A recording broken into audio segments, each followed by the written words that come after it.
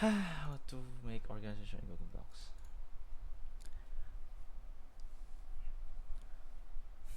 Hi, today we're going to teach you on how to draw an organizational chart. Hi, today we're going to teach you on how to create or draw an organizational chart in Google Docs.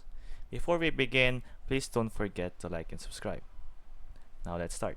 On Google Docs, go on over to Insert on the top left of the screen, Insert, and then go to Drawing. After putting your mouse to Drawing, click plus New. And after that, this is where we're going to draw our organizational chart. First thing we need to do is to go to the shapes options and choose whatever shape you want. Let's say I'm going to use a rectangle. And we're going to simply outline the rows of the organizational chart. Simply do it as simple as possible for our tutorial. And we're going to use this.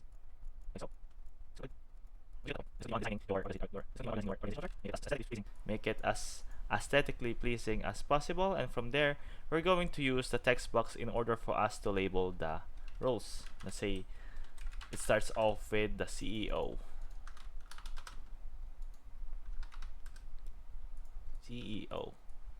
And from CEO we can choose other roles, or we can draw other roles at the bottom of the organizational chart.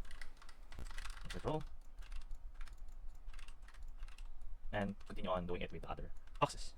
This is a simple or quick example of me drawing or creating an organizational chart. And from there, after you finish drawing your organizational chart, go on to the top right of the drawing section and hit Save and Close. And as you can see here, what we've drawn is shown in the main paper of our document or in our Google Docs. I hope this video helped, and thank you for watching.